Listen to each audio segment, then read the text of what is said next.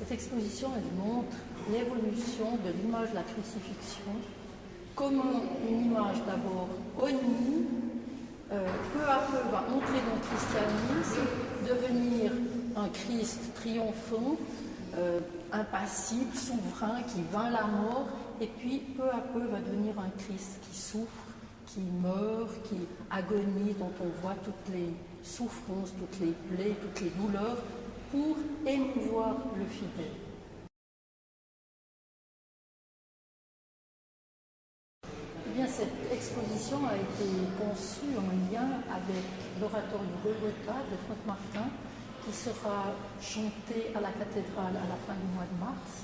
Or, on sait que Franck Martin, pour écrire son Golgotha, a été totalement inspiré par la gravure des trois croix de Roncourt.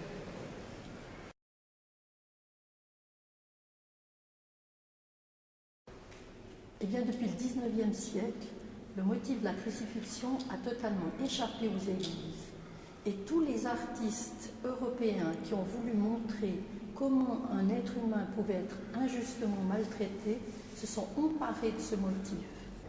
En soi, il n'y a rien de protestant, mais on peut s'y accorder, comme cette artiste palestinienne musulmane qui représente une crucifixion, un Christ entouré de politiciens masqués.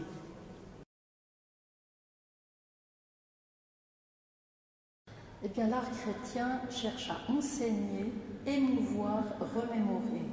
Ce que je voudrais, c'est qu'au sortir de cette exposition, chacun emporte une image qui l'a touché.